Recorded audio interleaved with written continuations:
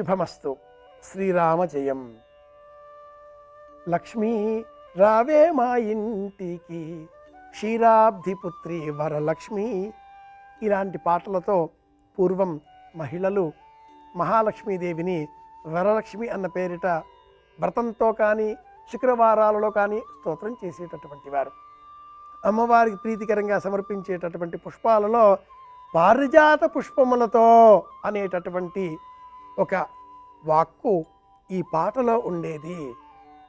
పారిజాత పుష్పాలతో అలంకరింపబడిన వేదిక పైన విచ్చేసిన ఓ తల్లి, నాకు ఆనందాన్ని ఇవ్వవలసింది అంటూ ఈ పాట ఒక చరణం పూర్తి అవుతుంది. పారిజాతం ఇది మొక్క, ఇది చెట్టు, ఇది పొద. ఎలా చెప్పుకోవాలి? పారిజాతం వృక్షం, అమృత వృక్షం. ఎంత అద్భుతమైనది, ఎంత పురాతనమైనది, ఎంత పౌరాతన్యం ఏర్పరచుకున్నటువంటిది ఈ పారిజాతం మొక్క వృక్షం అంటే, పూర్వం కృష్ణుడు రుక్మిణీ సమేతుడై ఉన్న సమయంలో నారదుడు భగవద్ దర్శనం కోసం విచ్చేశాడు. సంప్రదాయంలో ఒక మాట ఉంది, భగవంతుడి వద్దకు కానీ, చిన్నారి బాలబాలికల వద్దకు కానీ, వృద్ధుల వద్దకు కానీ వెళ్ళినప్పుడు ఉత్త చేతులతో ఊరికే వెళ్ళరాదు. పత్రం పుష్పం ఫలంతోయం, ఏదైనా తీసుకు వెళ్ళాలి. ఆ సంప్రదాయాన్ని అనుసరించి నారదుడు ఒక పుష్పాన్ని తీసుకువచ్చాడు, కృష్ణ పరమాత్ముడికి అందించాడు. వెనువెంటనే కృష్ణ పరమాత్ముడు ఆ పుష్పాన్ని ఆఘ్రాణించి, నారదా, స్వర్గం నుంచి ఏం చేస్తున్నావా అంటూ నవ్వుతూ ఆ పుష్పాన్ని రుక్మిణీదేవికి అందించాడు. ఇదేదో కలహకారణం కాబోతున్నది సుమా అనే మాట కూడా అన్నాడు. నిజంగానే అక్కడ ఉన్నటువంటి చెలికత్తె ఈ వృత్తాంతాన్ని అంతా గమనించి సత్యభామాదేవికి వెళ్ళి చెప్పగా, సత్యభామ అలగడం, కృష్ణుడు సత్యాపతి అనే తన నామాన్ని సార్థకం చేసుకోవడం కోసం స్వర్గంపైకి దండ ఎత్తి ఒక ప్రయాణం చేసి యుద్ధం చేసి పారిజాత వృక్షాన్ని తీసుకువచ్చి పెరటి ఇంటి చెట్టుగా నాటినట్లుగా అద్భుతంగా అల్లిన ఆ అల్లిక నంది తిమ్మన్న గారి పారిజాతాపహరణ మహాకావ్యం. కావ్యాలలో, ఇతిహాసాలలో, పురాణాలలో, అలాగే అనేక ఆర్ష వాంగ్మయ సంబంధిత గ్రంథాలలో పారిజాత వృక్ష ప్రస్తావన మనం గమనించవచ్చు. స్వర్గంలో ఉండే వృక్షం ఇది.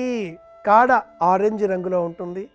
అలాగే ఆ పువ్వుకు సంబంధించినటువంటి తెల్లగా ఉండేటటువంటి దళములు 5, 7 అనే 2 సంఖ్యలలో మనం గమనిస్తాం.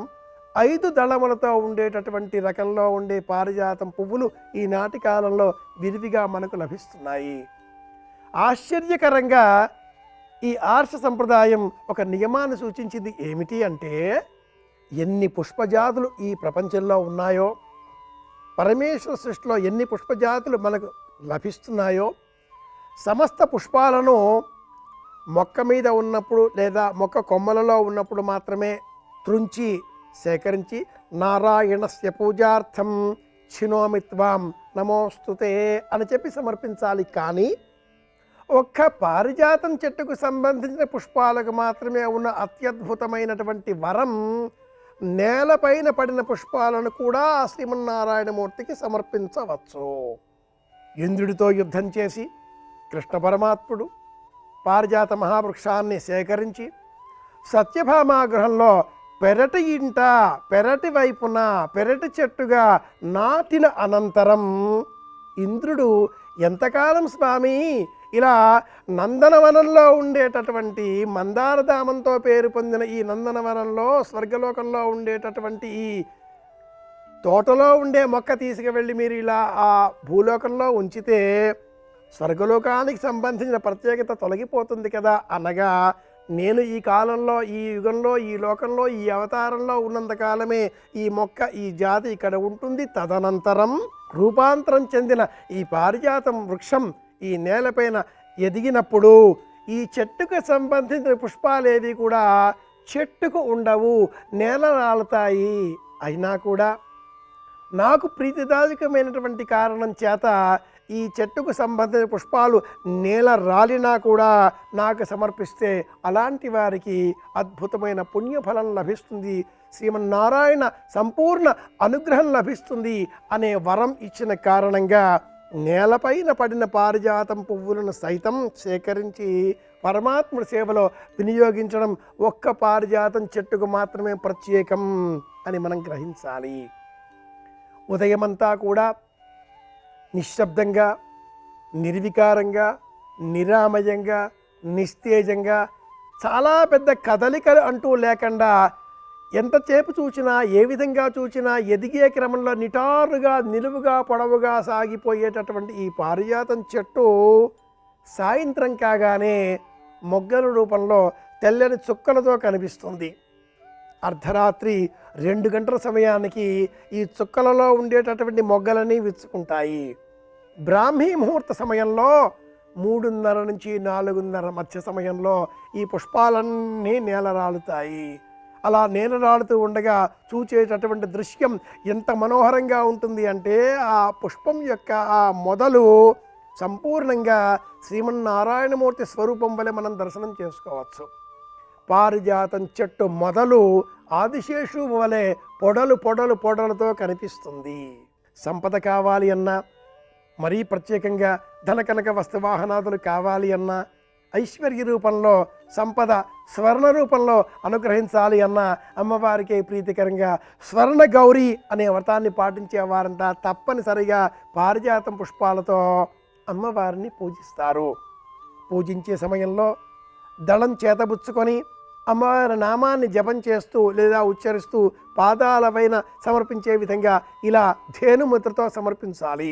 అలాగే గమనించే మరొక అంశం ఏమిటి అంటే మందార పుష్పములను అల్లికతో ప్రయత్నం చేస్తే అవి అల్లికకు తల వంచవు అనే విషయం కూడా మనం గ్రహించాలి. కృష్ణ పరమాత్మకి సంబంధించిన జయదేవుడు చేసినటువంటి కరుణామృత సంబంధిత స్తోత్ర పాఠాలలో మందారమూలే మదనాభిరామం బింబాధర పూరిత వేణునాదం గోగోపగోపీ జనమధ్య సంస్థే గోపం భజే గోకుల పూర్ణచంద్రం. ఆ మందారధామం కలియుగంలో పారిజాతమే అనే ప్రమాణం కూడా ప్రామాణికంగా విజ్ఞులు ప్రాజ్ఞులు వివరించి ఉన్నారు కనుక శ్రీకృష్ణ పరమాత్ముల సేవలో కూడా విశేషంగా పారిజాతం పుష్పాలనే మనం సమర్పించడం గమనిస్తూ ఉంటాం. ఇలాంటి ఈ పారిజాత వృక్షాన్ని ఏ మాసంలో పూజించాలి? ఇంటి ప్రాంగణంలో పెంచుకోవచ్చా? గృహవాస్తు సంబంధంగా చెట్టు పెంచాలా పెంచకూడదా నియమాలు ఏమైనా ఉన్నాయా? ఏ విధంగా పూజిస్తే ఏ విధమైన ప్రయోజనం మనం చేకూర్చుకోగలుగుతాం? ప్రధానంగా ఇంటికి సంబంధించి నైరుతి దిగ్భాగంలో పారిజాతం చెట్టు పెంచుకోవాలి. పెరటి చెట్టు పెరటి వైపు. అలాగే వీలైనంత త్వరగా ప్రయత్నాలు చేసి ఇంటికంటే కూడా ఎత్తుగా ఎదిగే విధంగా ఏర్పాట్లు చేయాలి. ఇంటి చుట్టూరా ఉండే ఇతర ఫలవృక్షాలు లేదా అమృత వృక్షాలు ఏవైనా కూడా ఇంటికంటే ఎత్తుగా ఎదగకూడదు. కానీ ఒక్క పారిజాతం చెట్టు మట్టుకు ఇంటికి అంటే ఎత్తుగా ఎదిగినప్పుడు మాత్రమే సంపూర్ణమైన పుణ్య ఫలాన్ని మనకు అందిస్తుంది. ఇంటికి నైరుతి దిగ్భాగంలో ఈ మొక్కను పెంచుకోవాలి. నిరభ్యంతరంగా చెరువుగట్లు, బడి, గుడి, ప్రాంగణాలు, రహదారులు ఎక్కడైనా పెంచవచ్చు.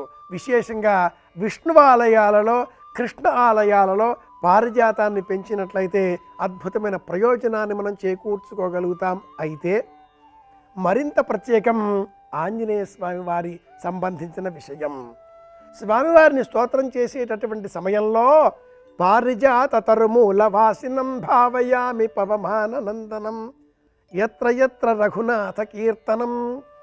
తప్పనిసరిగా ఆంజనేయ స్వామి వారి ఆలయంలో ఆగ్నేయ దిగ్భాగంలో కానీ నైరుతి దిగ్భాగంలో కానీ పారిజాతం మొక్కను నాటి పెంచి పోషించే ప్రయత్నం చేస్తే అలాంటి వారికి అద్భుతమైనటువంటి సంపదలు చేకూరుతాయి అని సంహిత గ్రంథం వివరిస్తుంది.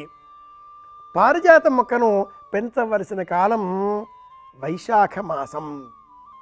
అలాగే ఏ మాసంలోనైనా ఋతుకాల ధర్మాలకు అనుకూలంగా మంచినీటి వసతి, అలాగే శీతోష్ణ పరిస్థితులు అనుకూలించేటటువంటి సమయం ఉన్నప్పుడు కూడా ఈ మొక్కను నిరభ్యంతరంగా పెంచవచ్చు.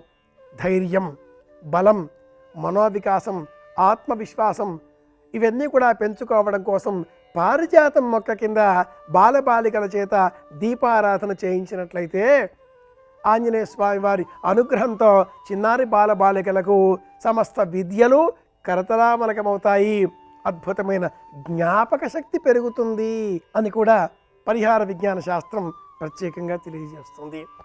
అమృత వృక్షాలలో పారిజాత వృక్షం పరమాద్భుతమైనది, పవిత్రమైనది, అద్భుతమైనది కనుక ఈ పారిజాత వృక్షాన్ని పెంచి పోషించే ప్రయత్నం చేద్దాం, కాపాడుకుందాం. మరొక కార్యక్రమంలో మళ్ళీ కలుసుకుందాం. అంతవరకు సెలవు. శుభమస్తు. శ్రీరామ జయం.